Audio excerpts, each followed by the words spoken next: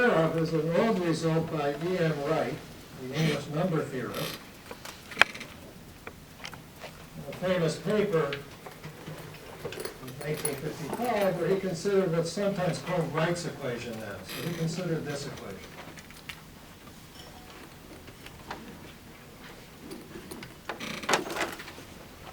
Now, we now know that if alpha is greater than pi over 2, it implies there exist periodic solutions. And we actually know a lot about their shape.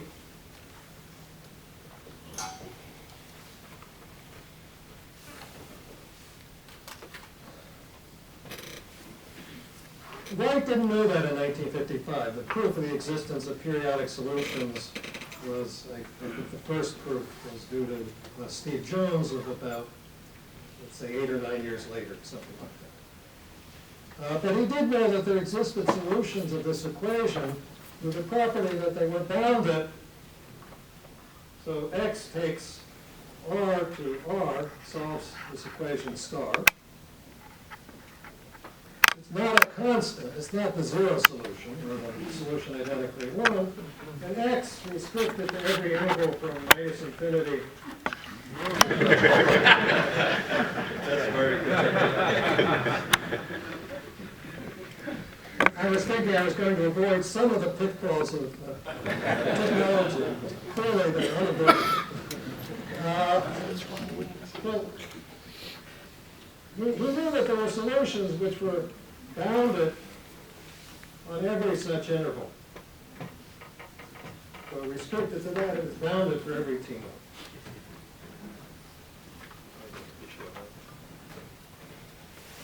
And then he proves by direct,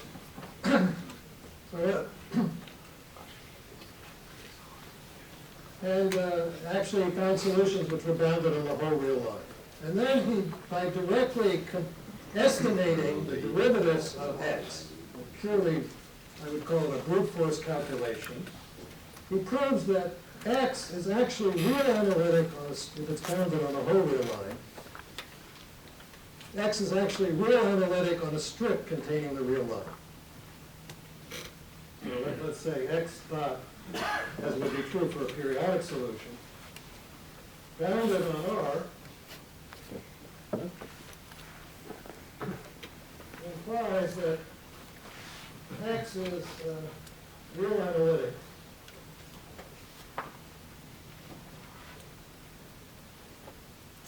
Now, if you haven't thought about these things before, let me just point out what's the real point here. For any differential delay equation, it's typically a highly non-trivial matter to get any non-trivial solution defined on the whole real line. Or even on an interval of this form. If you have such a solution, it's also typically a trivial matter to show it's infinitely differential. Okay? So, if you're dealing with an equation which seems in an obvious sense, sort of an analytic equation, I mean, what could be wrong with this equation? You conjecture naturally that the solutions should be real analytic. If, for example, they're bounded on the whole real line. And Steve Jones made some conjectures, let me put it, about this, which he did not prove.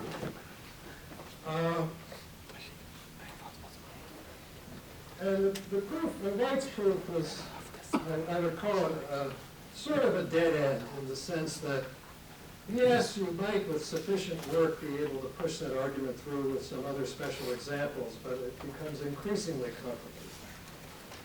And so I tried a completely different approach in the early 70s, and I said, I'm going to give you not the most general theorem, but a sample theorem. So this is a sample theorem from a short paper I wrote in the early 70s. Let's consider the equation x prime of t is that of x of t minus r1, x of t minus r2, x of t minus r of n. let's suppose here that x is a map from some interval minus infinity t naught to Rn. I guess I should call it Rp. And x is C1. It solves this equation. So x solves the equation star. Now, R1 through Rp, I'm assuming, are just constants in this version of it. They don't have to be positive constants.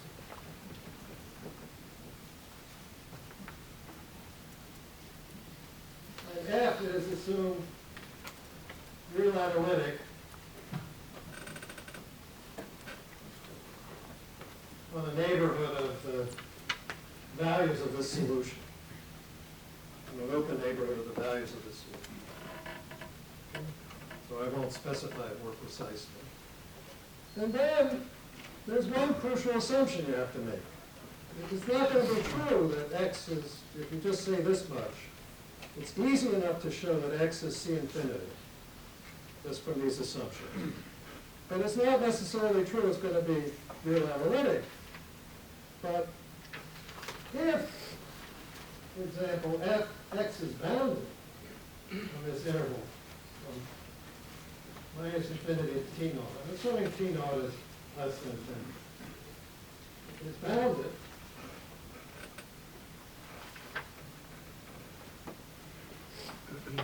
Then x naught is real analytic, where it's the function. So then this contains Wright's theorem as a very special case, and the attractive feature of it is you don't actually do explicit estimates on the nth derivative. So at that point, to the best of my knowledge, this question of analyticity has remained dormant for at least 20 years.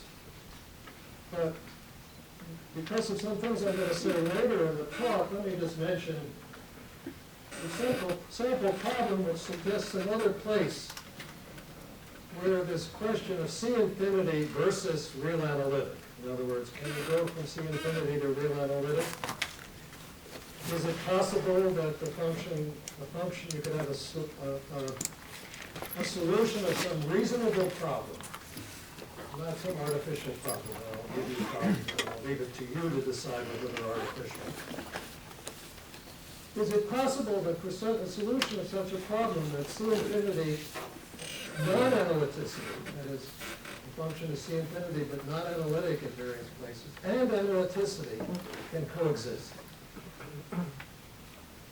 I repeat, non-trivial solution, is it possible, you know a priori, as in this case, that the function is C infinity. Is it possible, and then the equation seems real analytic in any sort of naive sense, is it possible that the solution can have places where it's not analytic, and at the same time have places where it is analytic?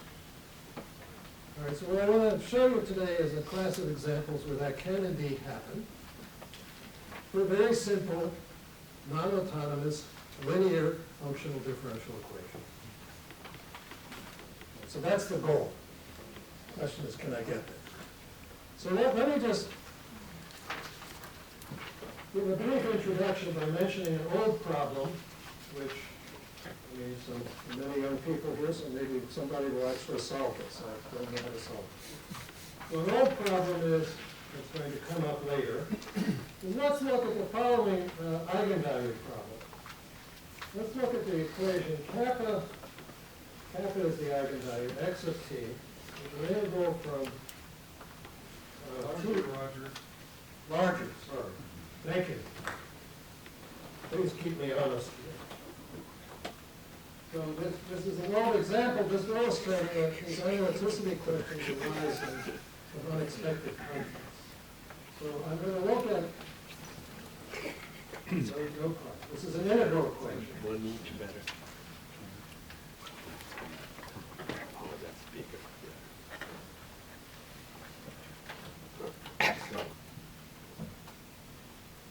I have to explain what these quantities are here.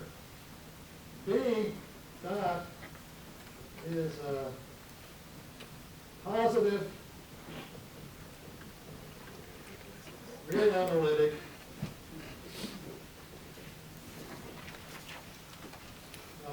let's say 2-pi periodic function.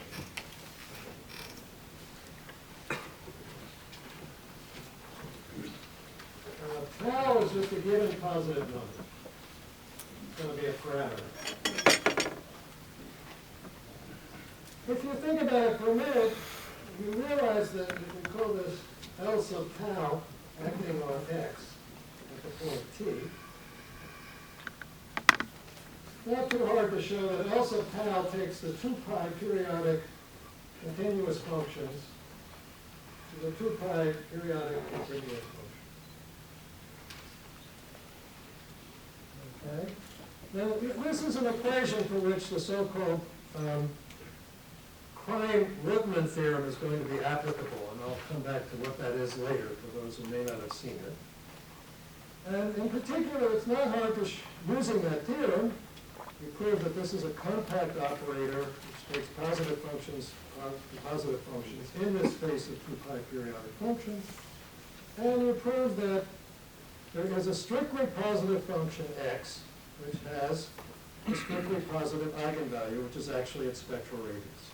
And that within scalar multiples, that eigenvector is unique.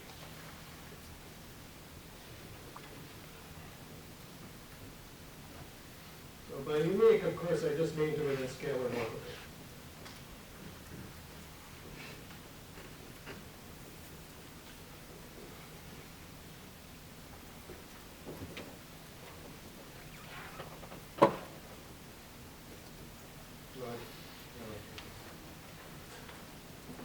The tau here just means it's a parameter. For each tau, I get an eigenvector. It does not mean direct differentiation or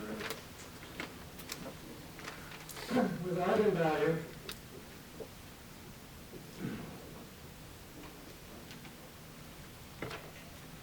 what we call rho of tau, strictly greater than 0. For the experts, rho of tau in this context is just the spectral radius. It has to be. Okay. Now here's the question, though. It's easy to show that the solution x actually has to be infinitely differentiable. Okay. It's also easy to show that for each tau, the x is real analytic. Okay, but the question is in the tau dependence. Okay, so for each tau, x sub tau of t, 2-pi periodic. But I proved an old theorem, which was actually not so, as far as I know, not so easy, that the map tau goes to, is this large enough? Rho of tau is C infinity. And we would like to know, what can you say about the map tau goes to x sub tau in the Banach space, and tau goes to rho of tau? So I conjecture that this map is actually nowhere real analytic. Well, I should say more about B of S. B of S is not constant. So think of I'm assuming B of S is not a constant, because if it's a constant, the spectral radius is just tau. So B of S is not equal to a constant. B of S might be something like 1 plus epsilon sine S.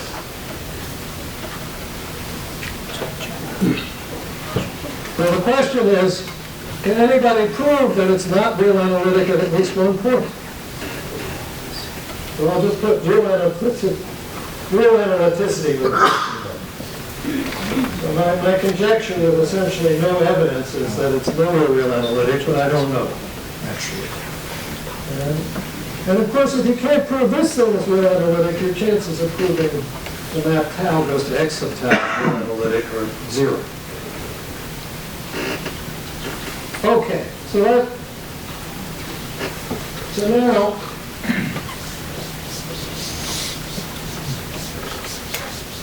The next, the reason people didn't think more about this is it seemed as if this old theorem was definitive, but it was only definitive within a certain class of things. And then starting in the early 90s, people started looking at differential delay equations with so-called state-dependent delays. So a number of people in this room have done work in this thing. Hal Smith and Yang Kwong, Hans Otto Volter, and undoubtedly going to antagonize people by forgetting things, Tibor Christian. So some of these delays, I'll just give an example.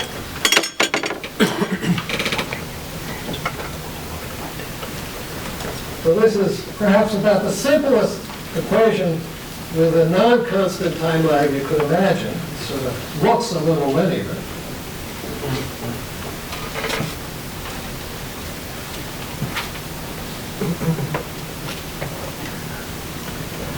K is a fixed constant greater than 1. Epsilon here we think of as a parameter greater than 0.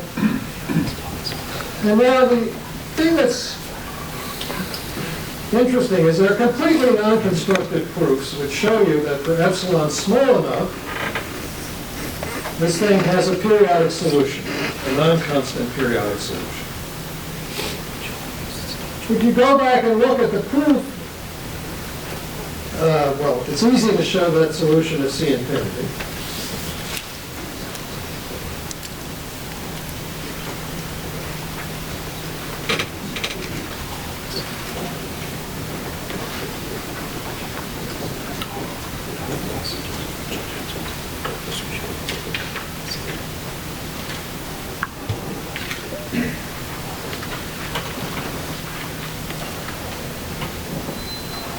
The number epsilon naught can be explicitly calculated. It's not relevant here.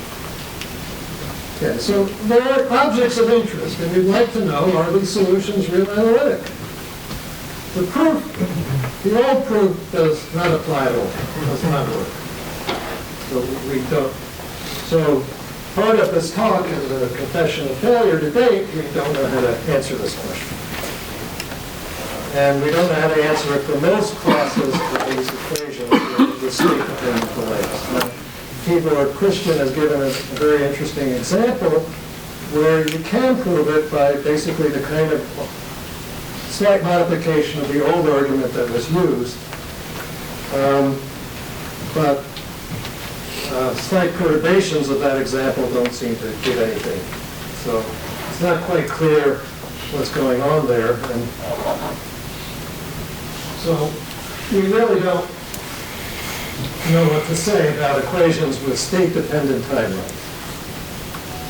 So in the time-honored mathematical tradition, where instead of sticking to the original question that motivates us, we decided to look at a simpler class of equations and see whether you could answer the question in that case. So since I don't have a huge amount of time, I'm going to ask you to concentrate on a very specific class of equations, non-autonomous linear equations. And we're motivated by the central fact over here is that time lag is not constant. So we don't want a constant time lag. But you notice that despite a superficial appearance of linearity in this equation, it's decidedly nonlinear. It's terribly nonlinear. Because the x of t is inside the thing. So instead, we can look at a linear system of equations. So what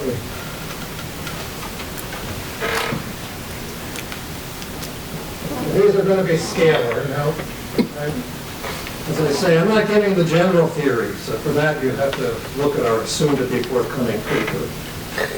But the problems are already evident at this stage.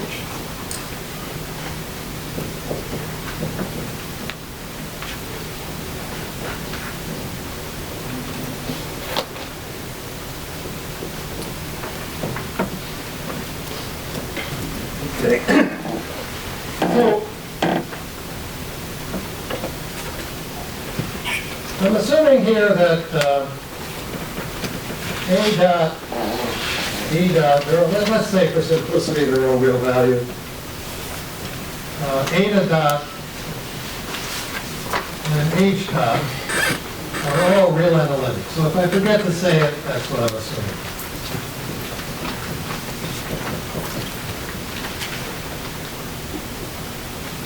And for simplicity, let's just assume that we have a bounded solution of this equation defined for all time. So let's assume that x of x dot is C infinity, solves this equation. Bounded, the C infinity is going to turn out to be trivial for our examples. Bounded,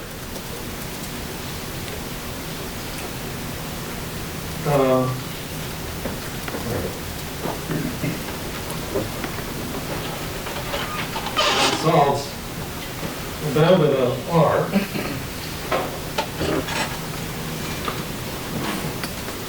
And solves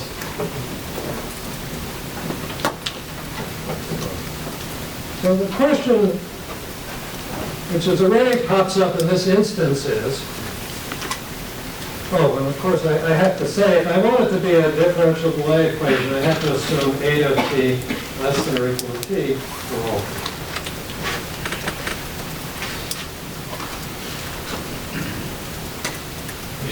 Now, the question is, could it happen for things of this form, which is already just a linear times equation, but for the presence eta of t, it's not sort of innocuous.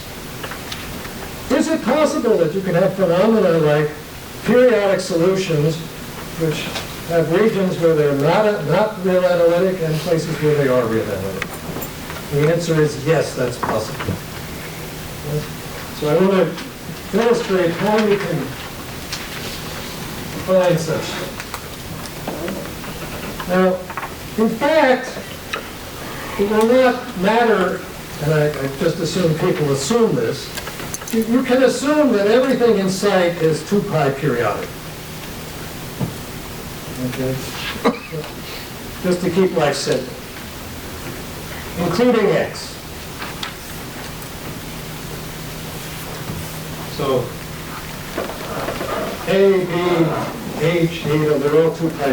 Well, eta is not here, 2 pi periodic. So assume A dot, B dot, H dot, X dot are 2 pi periodic. And of course, with eta, I want to assume eta of t is t minus r of t. Where r of t is greater than or equal to 0 for r t. And r is 2 pi periodic.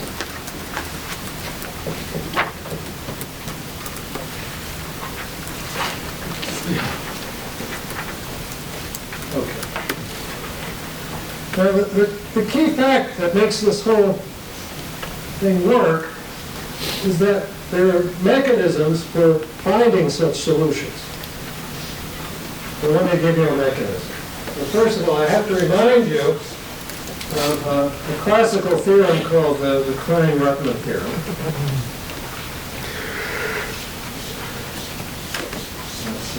Maybe I should make a couple of other comments before I go to the Klein-Rutman theorem. So, in this periodic case, it's not necessary to assume actually anymore that eta of t is less than or equal to t for all t. Because if you replace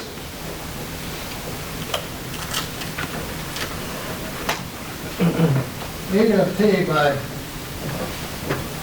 eta of t minus 2 pi m, where m sufficiently large, then under these assumptions here, you can make that, be sure that that will be less than or equal to t for all t, but it doesn't affect the solutions up here because we're assuming that everything is 2 pi periodic.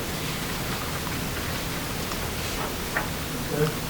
So, in other words, the assumption that eta of t is less than or equal to t is sort of irrelevant if we're just going to restrict to 2 pi periodicness.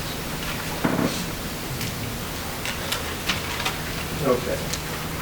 So, if it's going to turn out that we want to look, the key to a lot of the arguments is to look for places where eta of t equals t. But if we're looking for 2 pi periodic, it's going to be equivalent to looking for places where eta of t is congruent to t mod 2 pi n. So we will look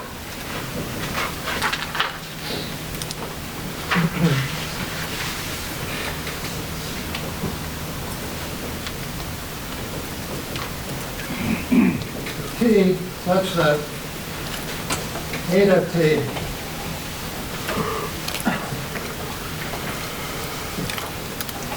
t minus eta of t is 2 pi m, where m is an integer.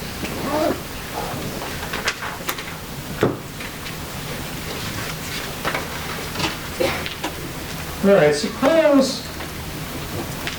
we're at such a t. Well, it turns out that the crucial thing to look at is the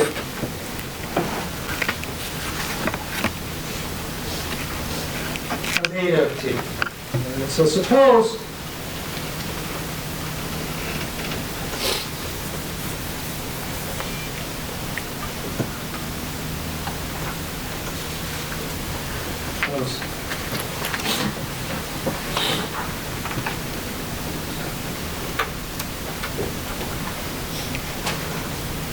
so the first thing you prove is,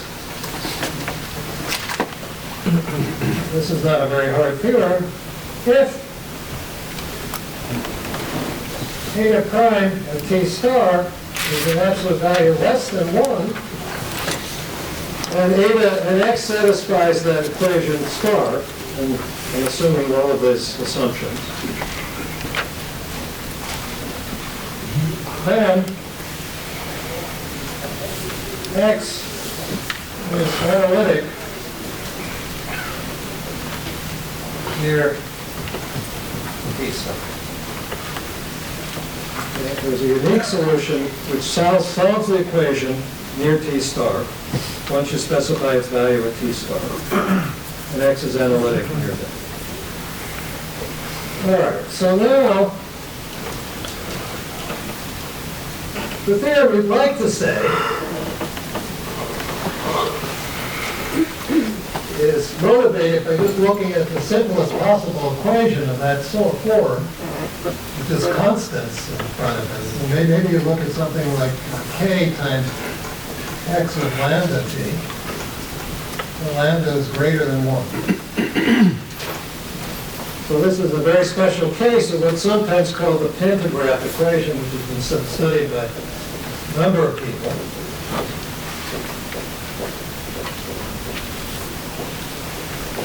And if you look for a power series solution to this thing, just directly, assuming that x at 0 is not equal to 0,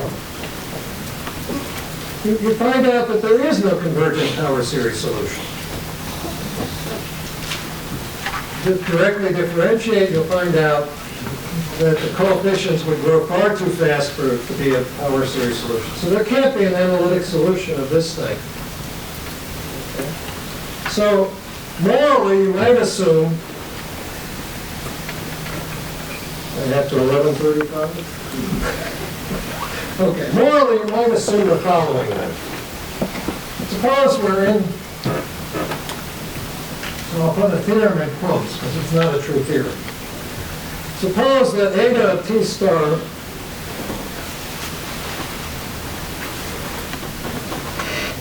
minus eta of t star is 2 pi.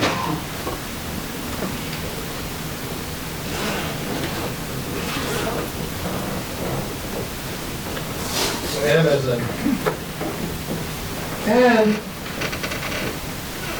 eta prime of t star is an absolute value bigger than 1.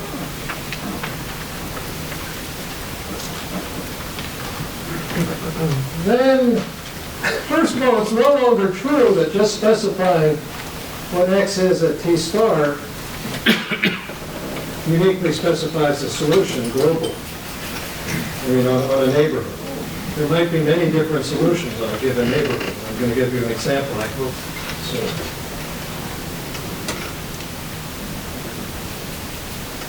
But you might hope that if this happens, that there's no solution of this equation, which is analytic at T star.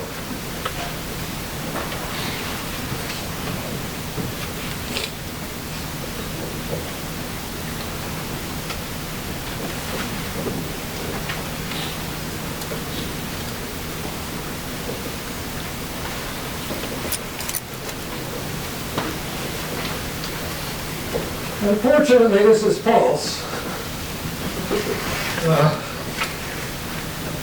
Maybe fortunately, so we don't have contradictions in mathematics. This is not a true theorem. So let me just give you an example from our paper.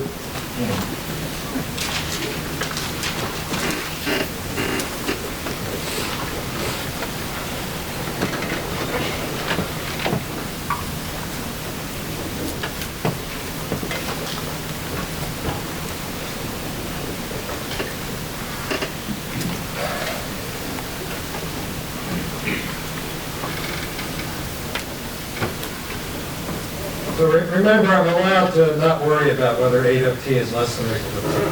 So just subtract the positive integer.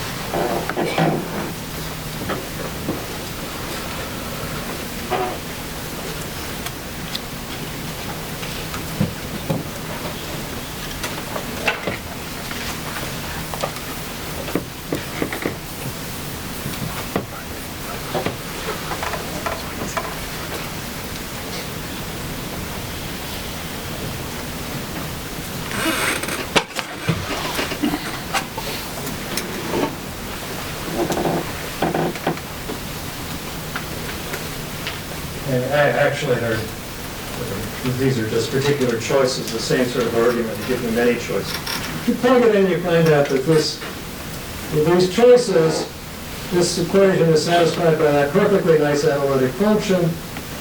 8 at 0 is 0, and 8 at prime at 0 is lambda, bigger than 1. So it's not true, but in general, that's the case. All right, so what does one do?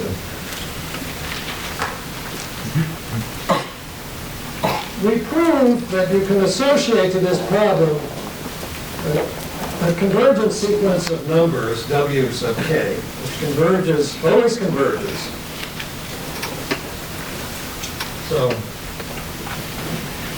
you have to scratch that theorem, and instead you prove,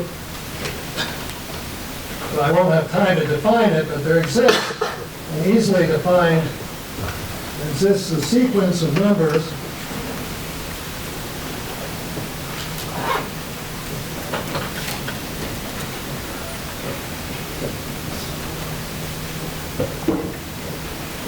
wk, which always converges, some number w infinity, associated with this problem. I don't have time to say exactly how we do it, but you get this. If w infinity is not equal to 0, no solution of this problem star is analytic at t star.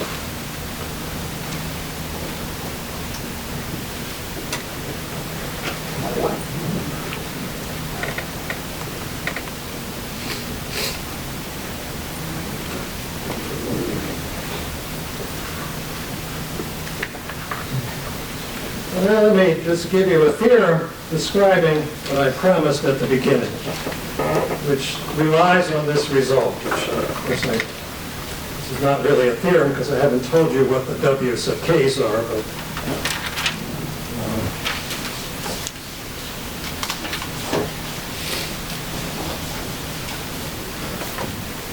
so our theorem, or a theorem would be the following.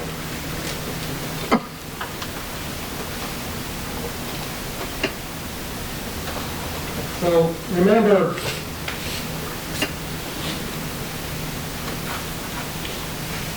okay, now I have to tell you the quadrant.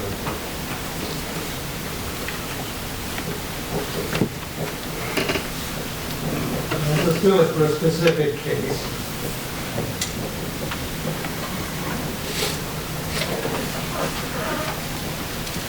So the question is, how do you generate candidate solutions that are explicit enough so you can prove things like this, the coexistence of C infinity and real analytic about them? And the idea is to look at the following integral equation, which I hope will be familiar for those who are still with us. Okay, so let's look for an eigenvalue of the following problem.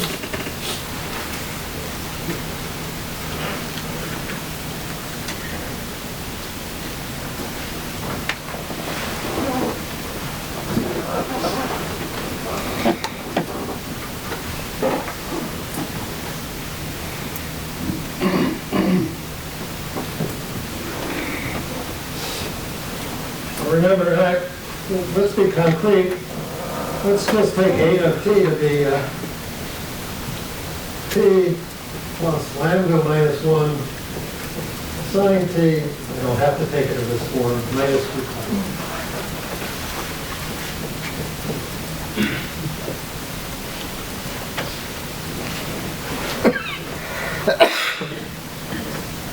Okay, so I'm interested in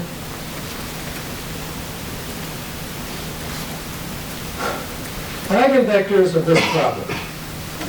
So there's the famous Crane-Rettman theorem, which I realize I'm not going to have time to tell you this, says that this problem has a positive 2 pi periodic solution, and that solution is unique. So there exists, this is what I was saying before, there's a slightly different problem. Now, before I had t minus tau, where tau is a constant, now I have 8 of t. But the same theorem gives you this. A unique 2 pi periodic positive eigenvector, which of course is going to, in our case, depend on the parameter lambda, m, actually. X dot with positive eigenvector.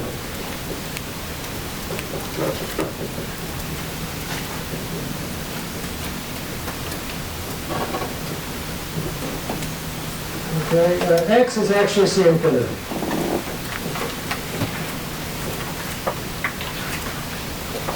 All right, now what's the point?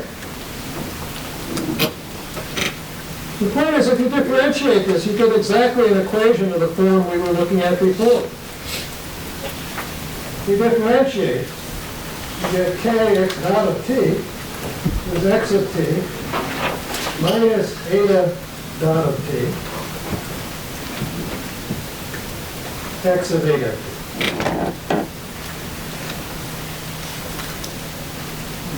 Okay, so that's a special case of if you divide by the kappa. That's a special case of the equation we had before. So that's the equation I want to give you a theorem about. Needless to say, the techniques give you much more general results, but I mean, just to give you the flavor, I'm restricting. So the theorem is now. So for fixed lambda and m, this is the solution we look for. And the theorem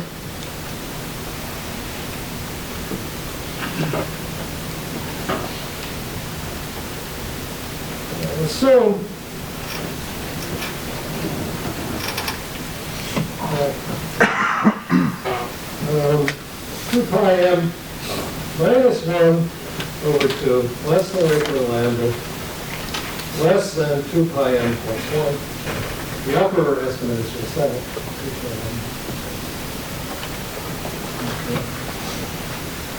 X of t is, by assumption, the solution, unique, essentially unique solution of this thing within scalar multiples.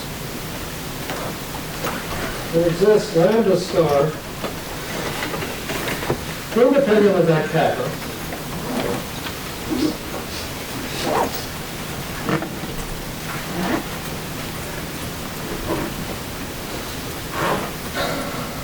Such that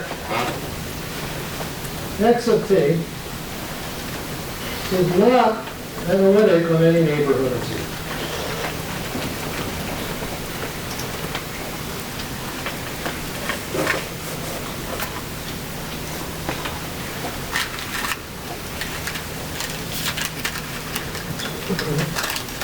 On the other hand,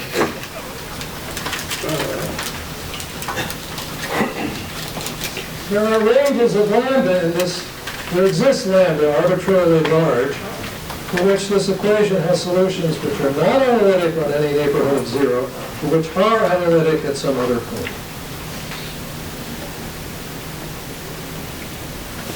So I'm not, this is not the right theorem, but I'll just say there exists lambda k go into infinity, such that, and correspondingly the n would have to get large, such that the solution, the corresponding solution here is analytic also at some other point.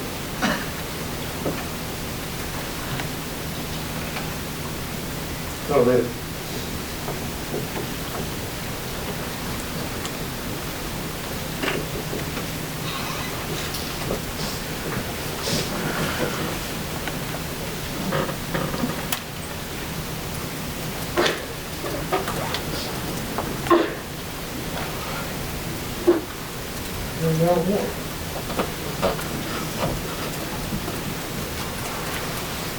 all right. I guess I have 1 minute. Is that correct? So I'll just, as a propaganda plug, I'm going to state the Krein-Ruttman theorem, because this is a theorem which, in my opinion, should be taught in elementary functional analysis courses, but never is. I mean, most elementary functional analysis courses will tell you all about self-adjoint operators and nothing about so-called positive operators. So let me just tell you this theorem. It has an interesting history. It was proved by Krein and Ruttman in 1941 at the outbreak of World War II, and because of the chaos at that point, it wasn't actually published until 7 years later. So this is a theorem. Krein and Ruttman.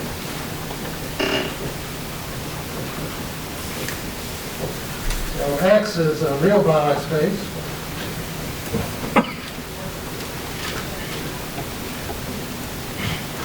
C contained in X is, I'm going to define these terms, closed, well, closed we know, but total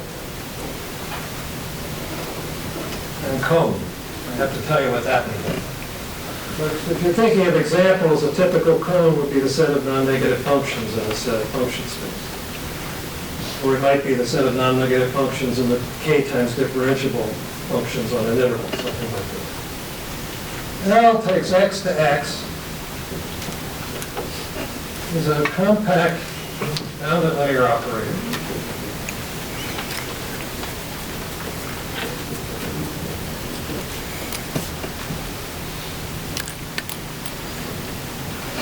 With positive spectral radius. So with R of L, which is by definition the limit, this limit exists, of the norm of L to the n, to the 1 over n, greater than 0. I emphasize this is often forgotten, but it's crucial, and in our work, and aspects of our work I didn't mention, this is a delicate issue we have to pay attention to. It's not a delicate issue in the example I mentioned earlier. So then, of course, the crucial assumption, you assume that L of C is contained in C. And then the result is, then, there exists a U in C minus 0 with L of U equals R times U, where R is just this R of L. Now, total just means that X is the closure of the set of U minus V with U, V, and C. And if you haven't thought about it, you might think that's a strange condition because it can never be a problem in finite dimensions. But in infinite dimensions, it's easy to have sets for which X is the closure of U minus V, but it's not equal to the set of things U minus V. And cone, C is a closed cone, equivalent to C intersected with minus C, it's just the point 0. This would be a cone with vertex at 0, and alpha x plus beta y is in C for all x, y, and z, and alpha, beta greater than or equal to 0. All right, so this is crash course in positive operators. This is fundamental theorem, and that's what we're using to get this exit theorem. Okay? If you know that theorem, this is a relatively easy exercise. Okay, thank you very much.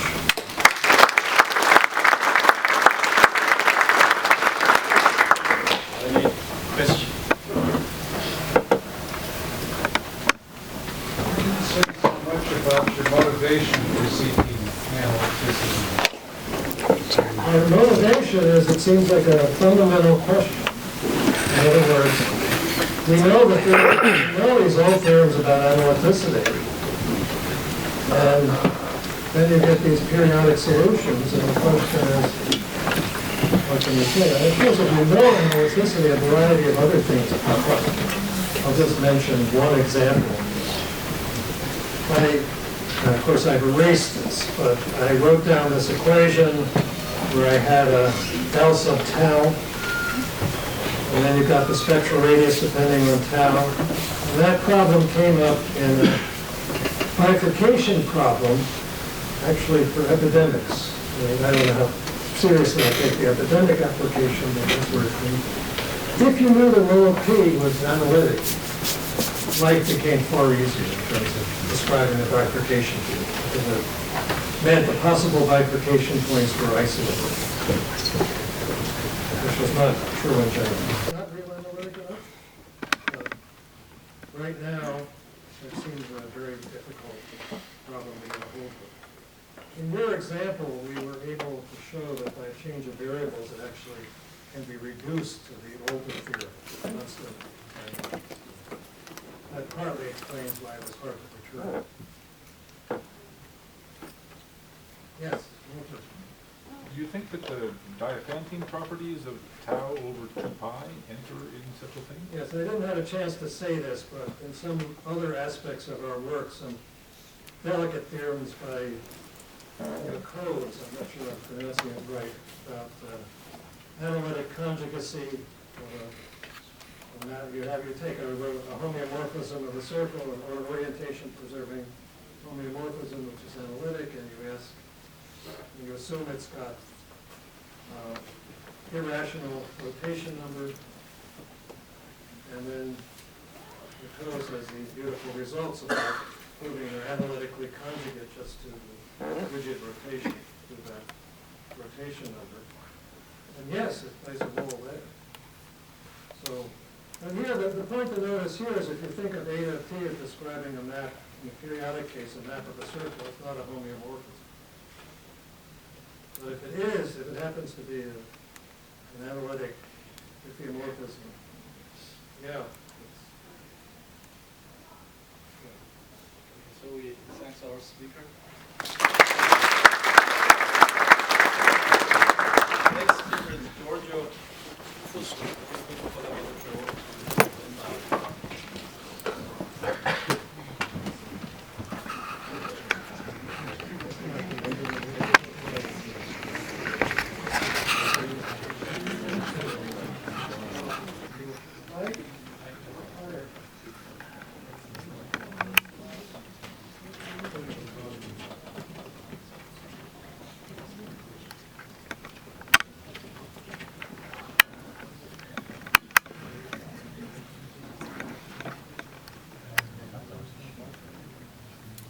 It's a privilege to be here and to speak in this conference honoring Jack.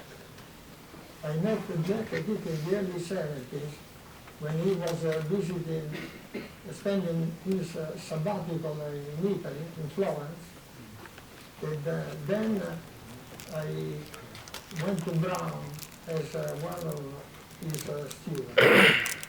And at that time, I was trained as an engineer, actually a mechanical engineer, and I didn't know any analysis or differential equation.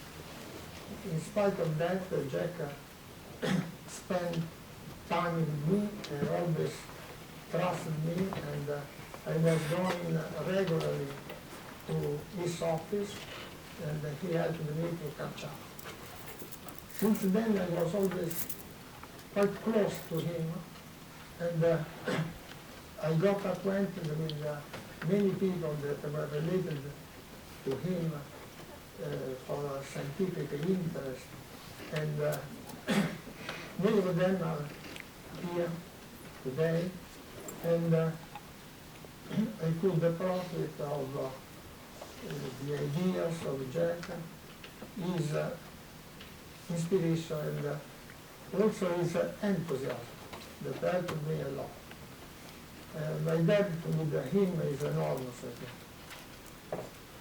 I want to thank you also, Luca, Raphael, and Infei for inviting me here and for the hard work they did in organizing this conference.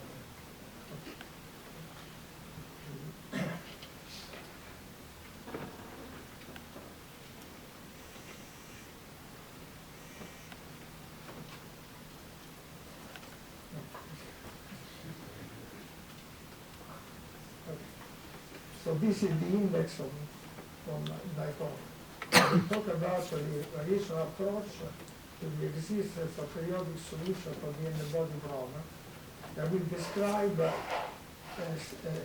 obstruction to this project, which are lack of cohesiveness and the singularity due to collision.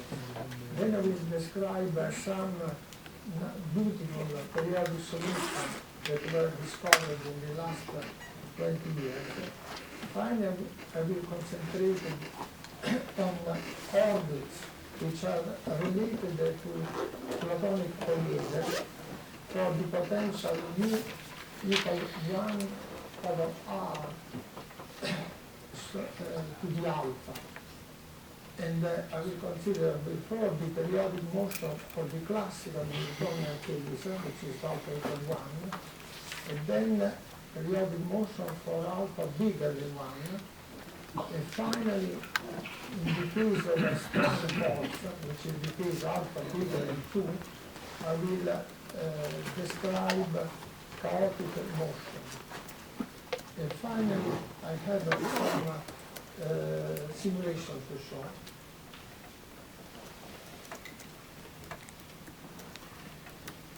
Okay, here I have the equation. I have n mass, n1 and n. u1 and un are the position vector of the mass, and u is the position in the space R3n. U is the Newtonian potential. Now the equation of Newton are the Euler-Lagrange equation of the action function. The action function is the integral in a certain time interval of the kinetic energy K and the potential energy U.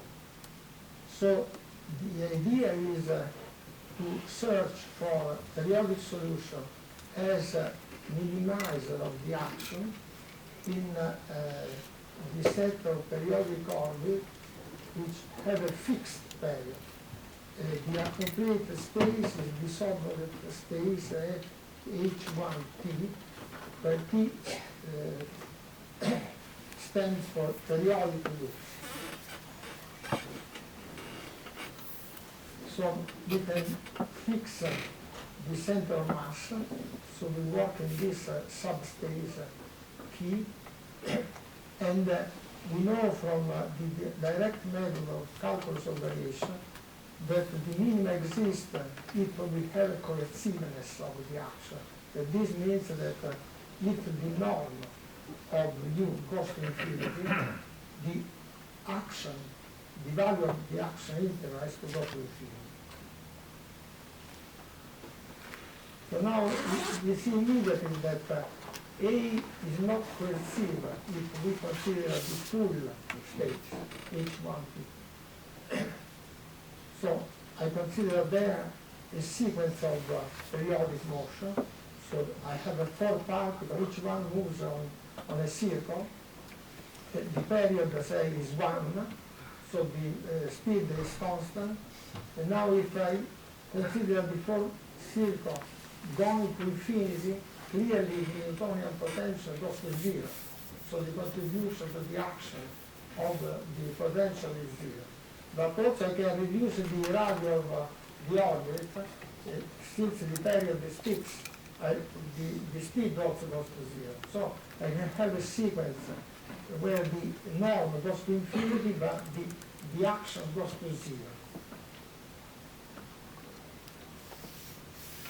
Another obstruction is the fact that the potential is singular, and so collision can happen.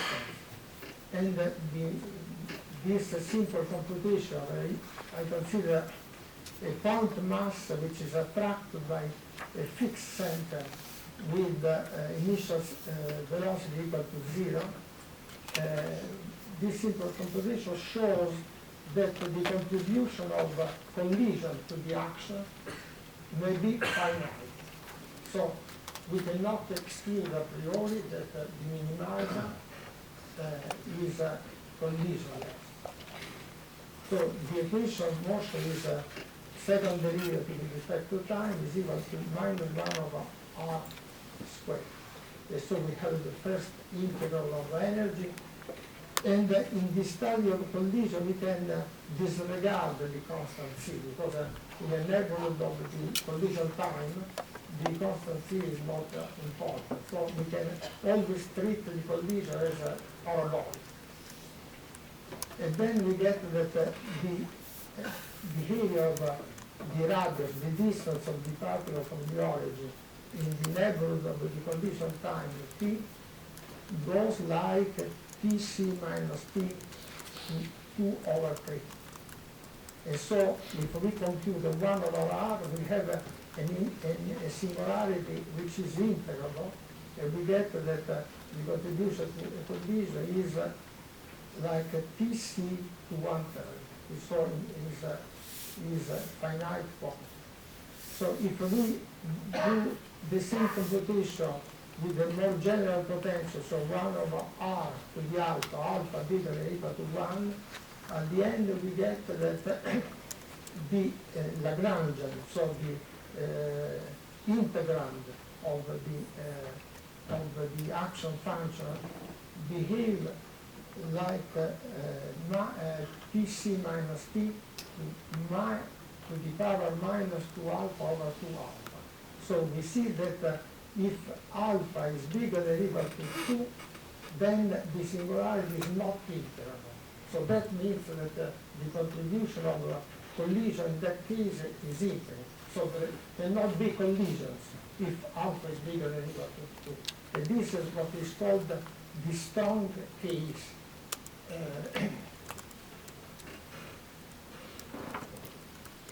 So Sandman has proved that in general, what we saw in the previous transparencies is true in general. So the behavior of kinetic energy, potential energy near a collision is always of the same type.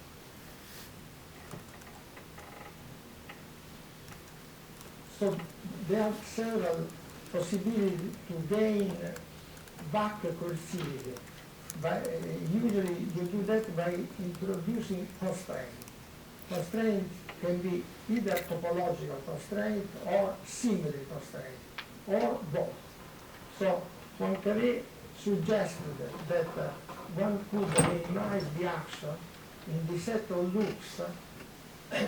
This is for the planar three-body problem. So we consider the set of loops such that during the evolution, the sides of the triangle, determined by the three-body, makes a fixed number of terms. Okay, so in that class, you have a coercivity of data. And Gordon proved a theorem that Kepler's motion, elliptic Kepler motion, including the limit case equal to 1, minimize the action in the set of loops encircling the center of attraction, which is a topological constraint. And the chain generalized this theorem. Venturelli proved that for the planar three-body problem, the Lagrange equilateral homographic motion, these are motion during which the triangle which has vertices in the 3 points fix is equilateral, so dilate or contract, and he proved that the action, this motion, the ones that during the period make each side make just one turn, this is indeed a minimizer of the action. This kind of motion are discovered by Lagrange. So now let me say something about the symmetry constraints.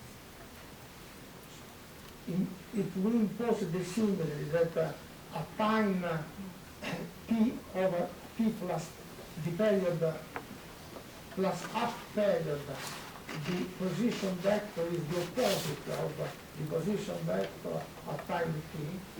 It's clear that if the norm of u goes to infinity, then the diameter of the orbit goes to infinity, and then being the period fixed, the kinetic energy has to go to infinity. And so we have a coincidence. So Ferrari and Terracini have formulated an abstract notion of symmetry constraint. So in the case, their definition is more general, but I restrict to the case where all the masses are equal. They define a motion to be equivariant with respect to the action of a finite group G if this condition is satisfied. So tau is a 2D orthogonal representation of the group G. Sigma is an homomorphism of G on the symmetric group of permutations of n elements. Rho is a 3D orthogonal representation of G. And so this condition says that if I focus on the position of a certain particle J at time t, then I consider one of the elements of the group G, then sigma of G minus 1J determines another particle, and if I look at the position of that particle at the time tau G minus 1t, I rotate with rho G, then I get to the same position. So this is a general definition of an abstract formulation of symmetry constraint. So the set of loops that satisfies this equivariant condition is called the lambda G, and they, Ferrari and Terracini, proved the theorem, which is this. They proved that A is coercive on lambda G, so the set of equivariant loops, if the average of each of the motion of each particle in the interval 0 t, in the period, is equal to 0. So this is a necessary sufficient for coercivity, and it is a very strong condition because in a sense says that all particles must say move around the center of mass.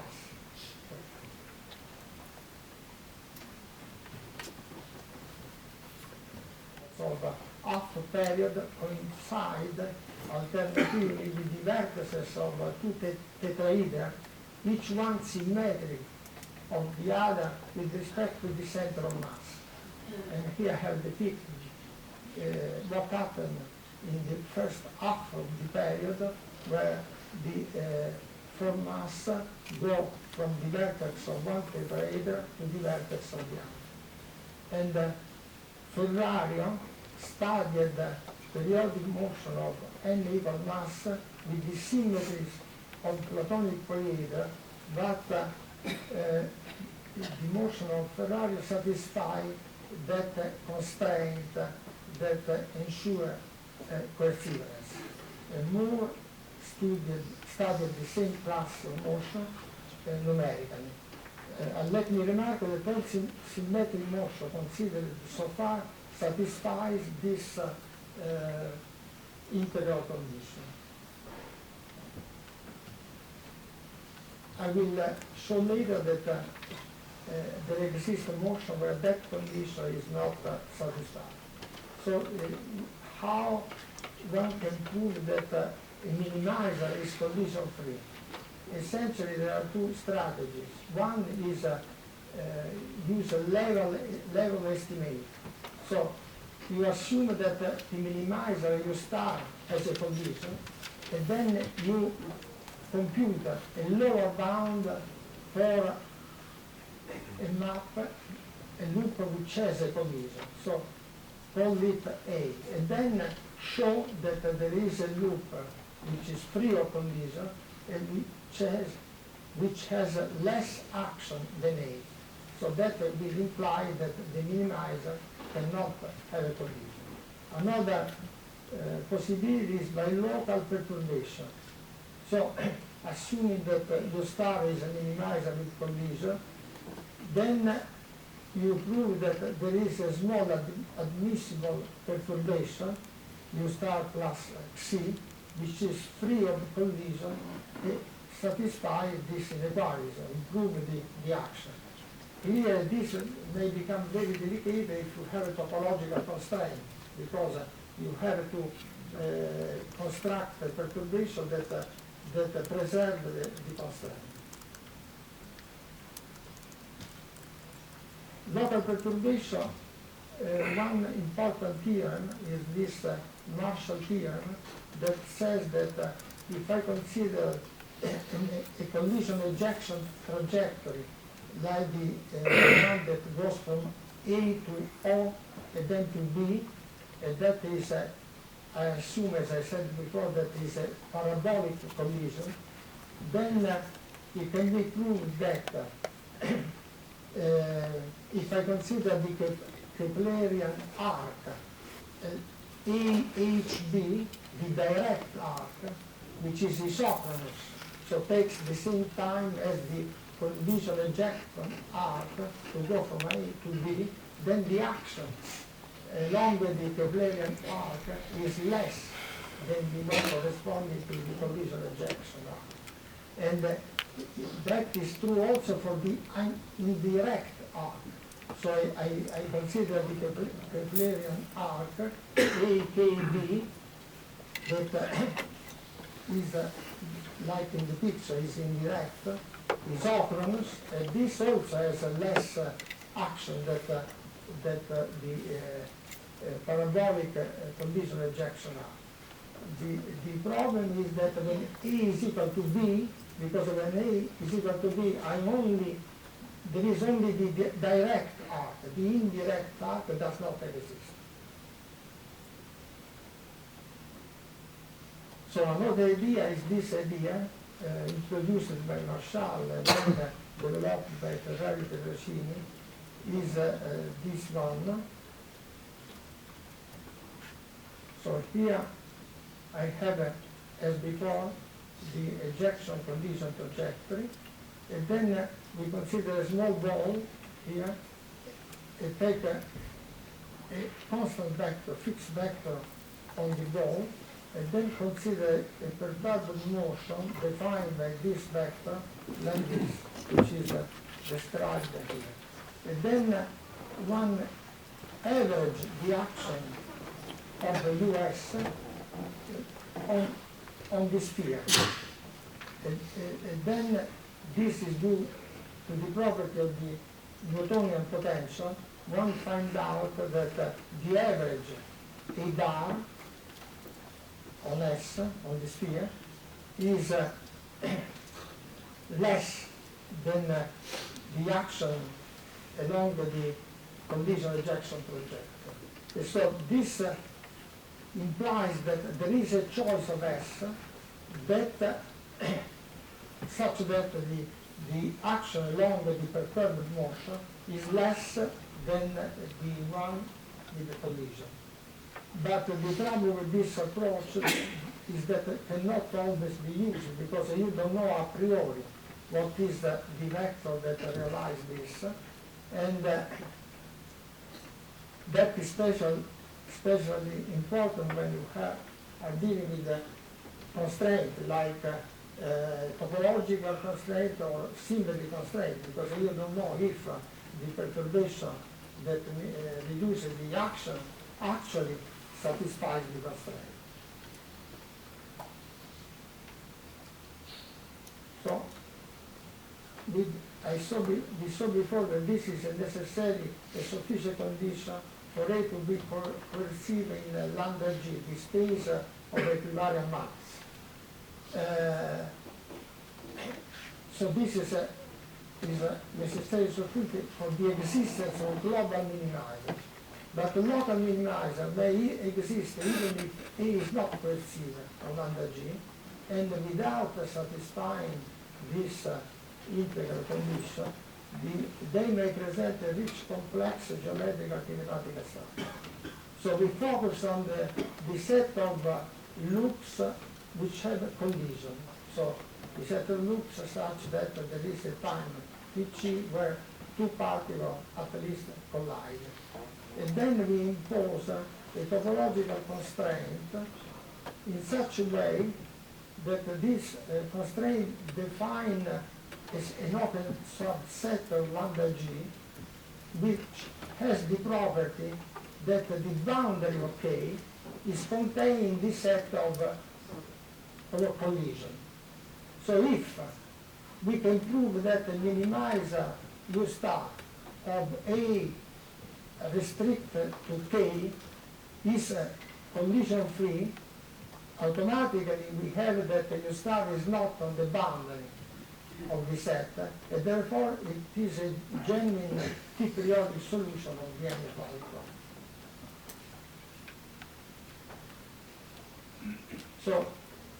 So we now consider R is one of the rotation groups of the Platonic polyhedra. There are three of these groups.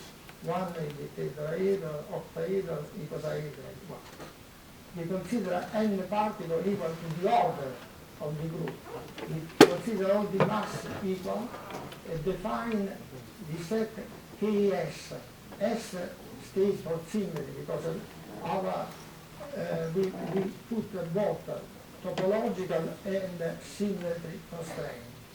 So KS is the set of loops in H1T that satisfies the condition A, B, and C below. A says that the motion of all particles for J equal to N are determined by the motion of the particle 1. So, in what way? In the way that the position of the particle at each time, particle J is on the orbit of the vector U1 through the group R. So, at each time, the position is the orbit of the group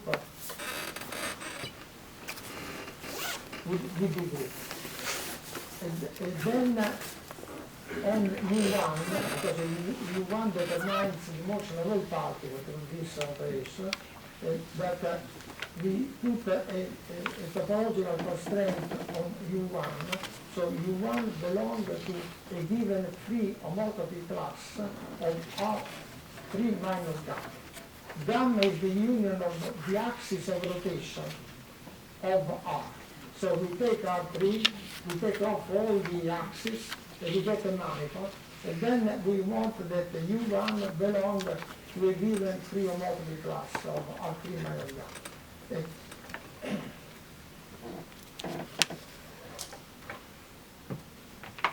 And finally, the condition C is a symmetry constraint.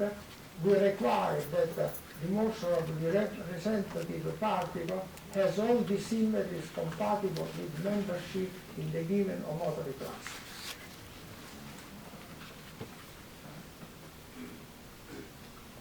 Now we need a way of encoding the KS. So describe KS with a sequence of numbers.